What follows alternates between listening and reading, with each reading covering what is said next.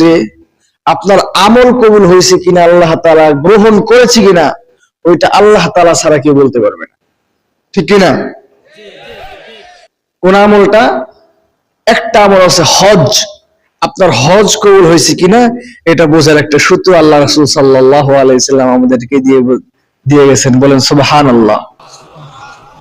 হজ, মানুষ যদি হজ করে এসে দেখেন আগেও সুদ খাইতো এখনো সুদ খায়, আগেও ঘুষ খাইতো এখনো ঘুষ খায়, আগেও জিনার বিচারে লিপ্ত ছিল এখনো জিনার বিচারে লিপ্ত আছে, আগেও চুরি ডাকাতি করতো এখনো চুরি ডাকাতি করে, আগে অন্যের হক মাইরা খাইতো এখনো অন্যের হক মাইরা খায়, এমন যদি দেখেন তাহলে বুঝবেন তার হজ কবুল হয় নাই।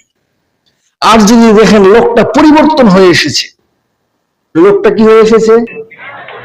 লোকটা পরিবর্তন হয়ে এসেছে, হলো আগে অন্যায় কাজ করতো এখন অন্যায় কাজ করে না, আগে নামাজ কাজা করতো এখন নামাজ কাজা করে না, আগে নামাজ জামাতের সাথে পড়তো না এখন জামাতের সাথে থাকে পরে তাকবীরুল্লাহর সাথে পড়ে, আগে জিনার বিচারে সুদ